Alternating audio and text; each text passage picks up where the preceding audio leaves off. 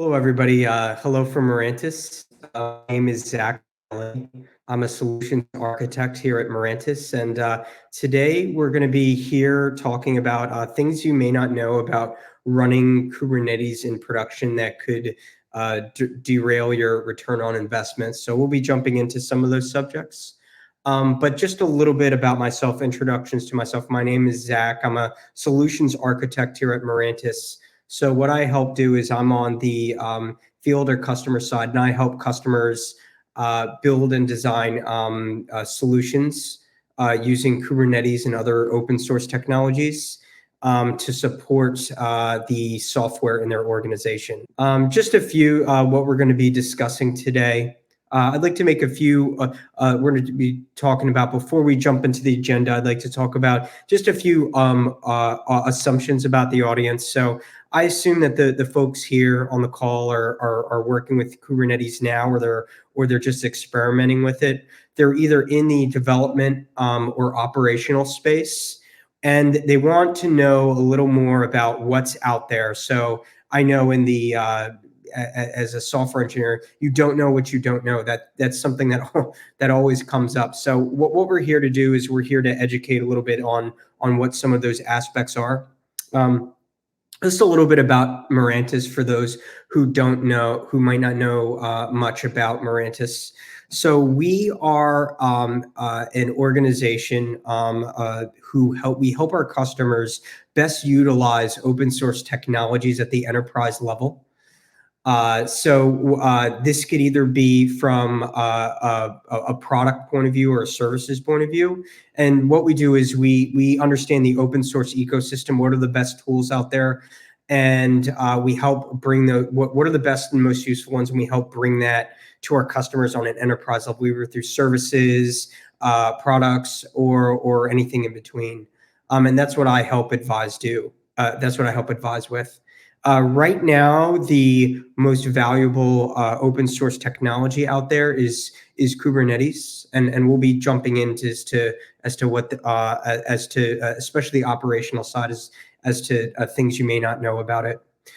So I'm going to give a quick recap on what Kubernetes is, just to set the stage, and then we'll be jumping into the meat of our section here about important areas that the vanilla Kubernetes does not have, that you either might want to know about, and maybe some tools to support that, and then a conclusion.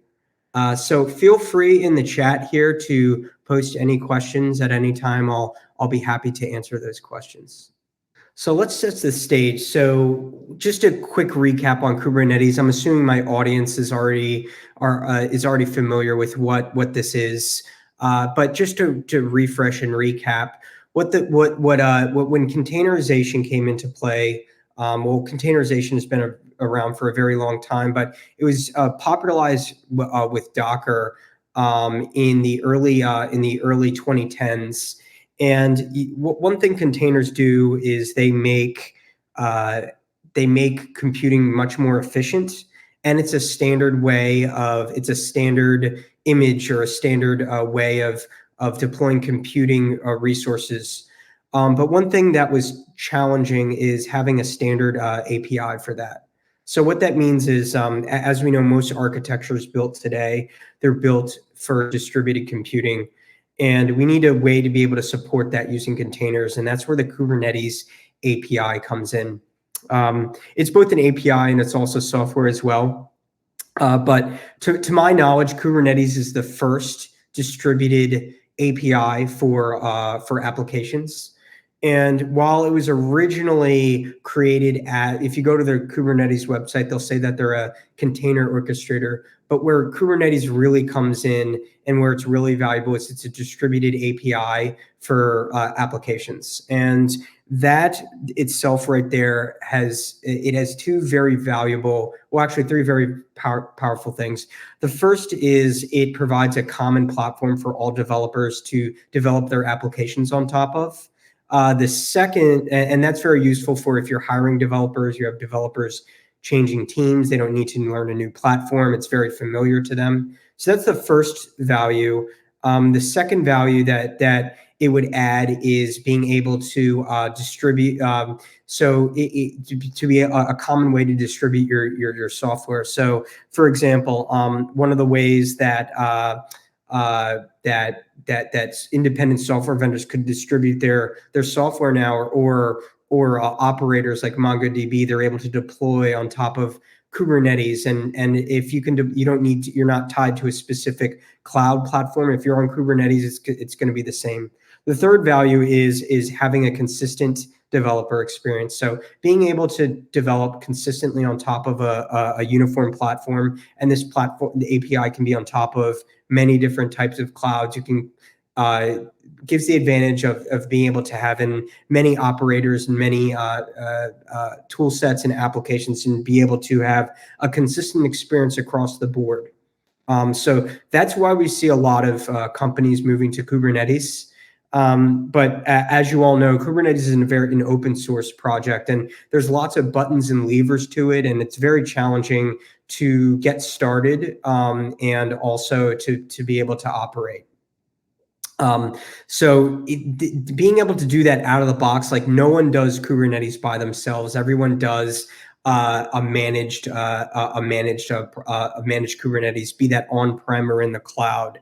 But vanilla Kubernetes doesn't come with everything that you need out of the box, and we're going to be talking about that in a second.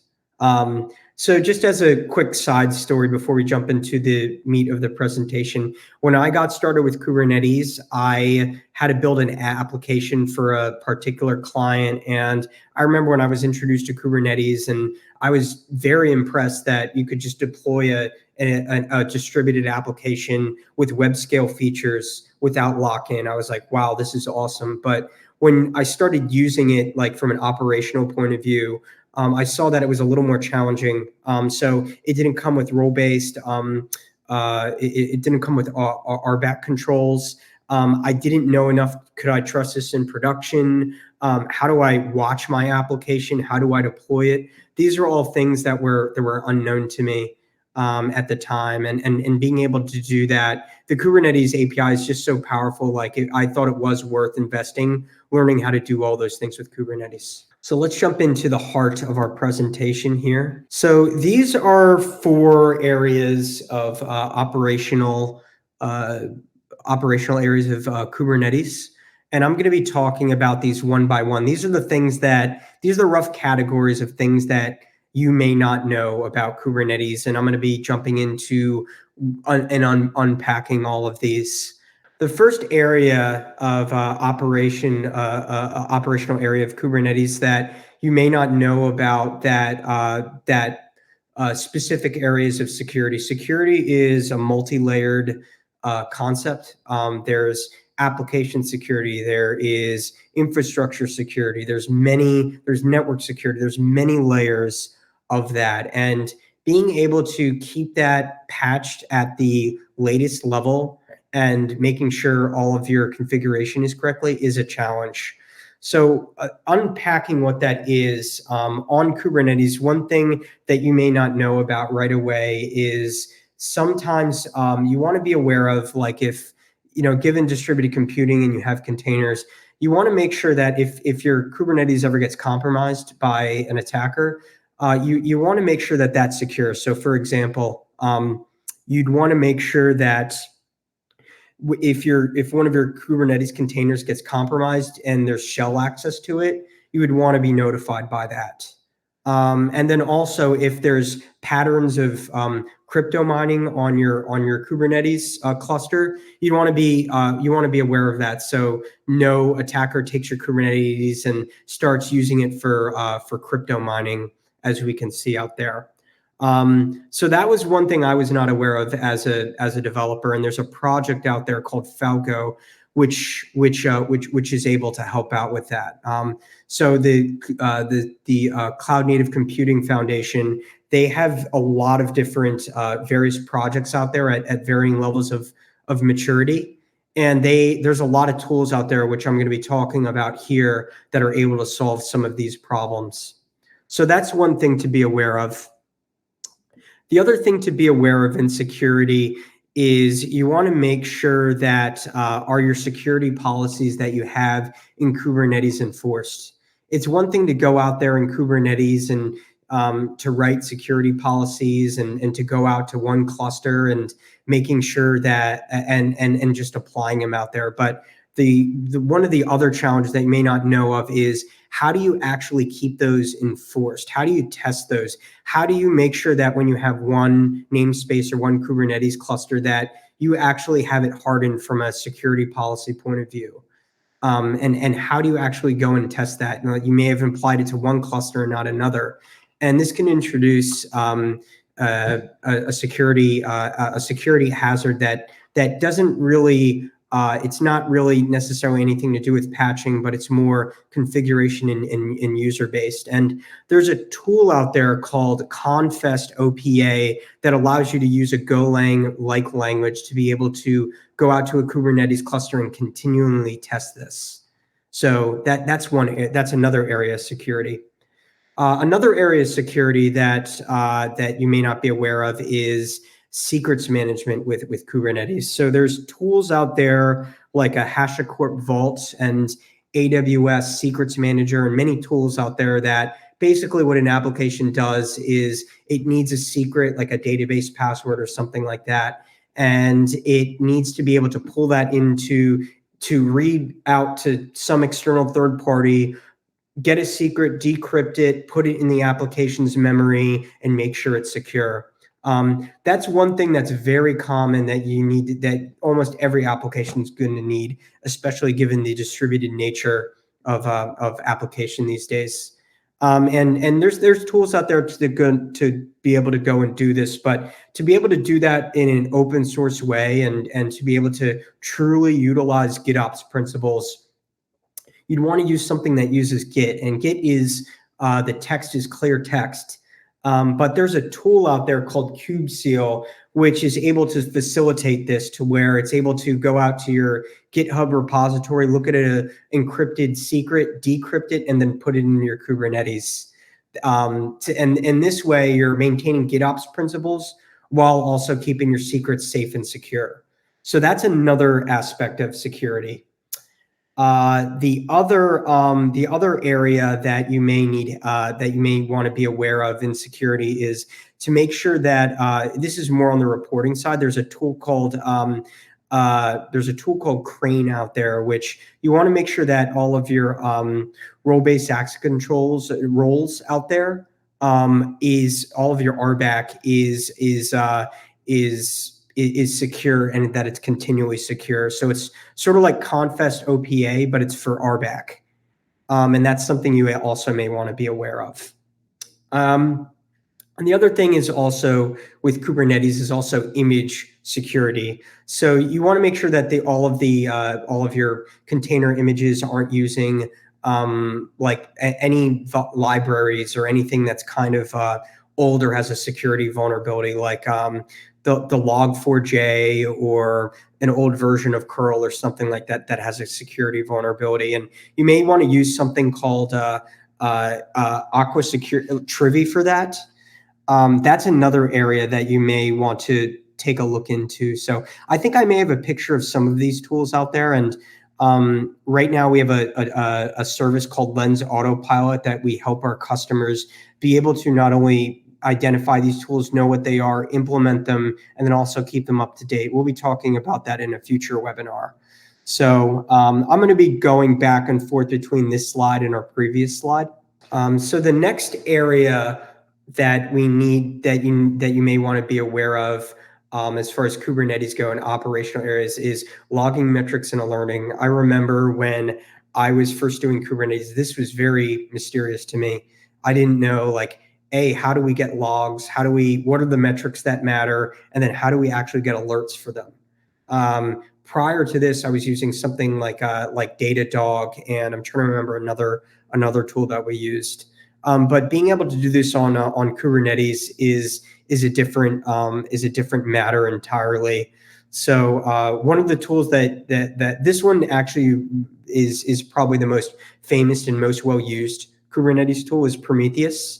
So what you want to be able to do with that is a metrics tool where it's gathering metrics from Kubernetes. So CPU utilization, memory, and things like that. It's not necessarily logs, but out of the box, that doesn't do too much. You really need to be able to connect it to something that has long-term storage capabilities, and that's something you may want to use a tool called Thanos for. That's something you also may want to be aware of. The other thing is Prometheus also doesn't, I believe it doesn't have a UI out of the box. And what normally comes out of the box, what you need to build is you need to use something called Grafana, which is it's a data visualizer, and you'd want something like pre-built dashboards and something to where you're not building those yourself to be able to, because you need to know what to monitor, what's important, and that sort of thing. So that's another tool to be a look out for. The other thing that you may not be aware of is like you have to also build the alerting yourself and being able to do that out of the box. But you could either do that through the application, but I would not recommend that. That's kind of hard, and you'd be almost hard coding yourself you'd be hard coding that in the application. You want it to be more loose. There's something called Alert Manager out there, which is a tool out there that you can use for alerting on various like things like Slack and Teams and other types of alert channels. The other area for LMA is also another tool. So you want to also watch for logs, Kubernetes logs, and there's a tool called Loki out there for that.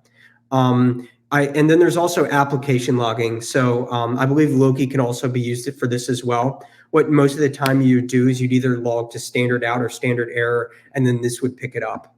So those are the many areas of logging, metrics, and alerting that I would advise taking a look at, and something you most likely will need.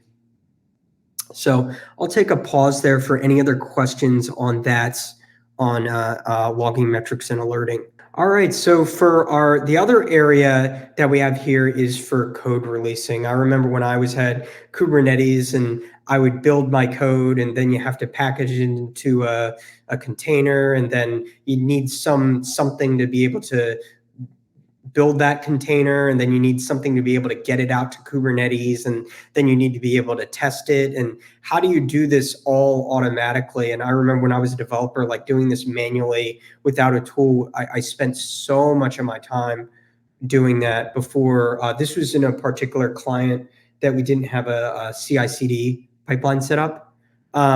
So that's something that's something to be aware of, and not necessarily that you need it, but how complex and how many things go into that. You need a whole DevOps team for that. But the tools out there to be able to do that. So there's the continuous integration, which is basically build your code, and then there's a continuous deployment, which is the deployment piece, either automatically or through like gatekeeping processes where you take it so far and then someone presses a button and then it releases it. So just a quick overview on the code release, the tools that are out there that you can use. For the CI part, you can use Jenkins and GitHub Actions. And then for the the CD side, you can use Argo CD or Flux CD. And these are both very powerful tools that are very popular on the market. It's a lot. It's a lot. You need to be able to get it invested in an organization. You need to know what they are. You need to know how to implement them, how to optimize them, and that can be a challenge. So when you're building your code releasing process out there, you just be aware that requires whole teams sometimes to be able to do. The other thing to be aware of in code releasing with that happens in Kubernetes is something called configuration drift, and what this means is, like, let's say you have a Kubernetes manifest file and or some configuration on Kubernetes that you want to be able to do, and this configuration is kept in as code in your source control in Git, and you want to be able to make sure that your configuration in Git matches what's actually out there in production. And this is essentially what GitOps is. And GitOps is a series of processes that monitors your source control and ensures either that this is applied or this is the case out in production in either a manual or automated or mixed way. The point of this, or the purpose of this, is to ensure that Git is it's the golden copy of everything. There's one source for all of your code and your infrastructure, and Argo CD and Flux CD are able to support this use case. So I'll take a pause there for any questions in code releasing Kubernetes of high level things that people may not be aware of. The other piece to be aware of is also reporting. So Kubernetes is a very command line based tool, and being able to know what's important, what you should be watching for, so that your cloud or even on-prem resources don't get utilized in a way that's inefficient. So there's a couple ways. The first thing you'd want to be able to monitor is so Kubernetes has requests and limitations for CPU and memory. And these are set manually, what you'd want to be aware of is what I would want is recommendations. Hey, are these applied correctly? Am I over provisioning too many resources, CPU or memory, for a particular application? That's what I want to know. And there's a tool out there called Goldilocks that you can set up on your Kubernetes cluster that'll be able to help you be able to do that. The other side of reporting that you may want to be aware of is more on the FinOps side of cost management. So you'd want to know information about, hey, we have an expensive Kubernetes cluster out there. We have a lot of applications, and what's out there and what's using the most money that you either spend on Kubernetes as a whole or different applications or its parts. So there's two tools out there that you can use. One is called KubeCost, and another one is called OpenCost, that you can use to be able to monitor those types of costs. The last piece, and this more doesn't really fit into any of these categories. Well, it fits into a lot of these categories, but also goes in its own category, is also a service mesh. So one thing that Kubernetes, it doesn't, like, as a user, you're not directly dealing with IP addresses and host names and things like that. You're dealing with service names and other things like that.